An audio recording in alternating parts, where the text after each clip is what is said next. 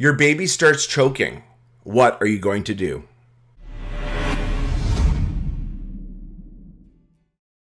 Place the baby on your forearm facing down so that the head is lower than the feet. Give them 5 back blows between their shoulder blades. 1, 2, 3, 4, 5. Vice grip the baby, protecting the head. Roll them to your other forearm while being supported by the thigh, and give them 5 chest thrusts. Straight inward, exactly where you would do CPR. Repeat the sequence. Vice grip, roll. 5 back blows, support by the thigh.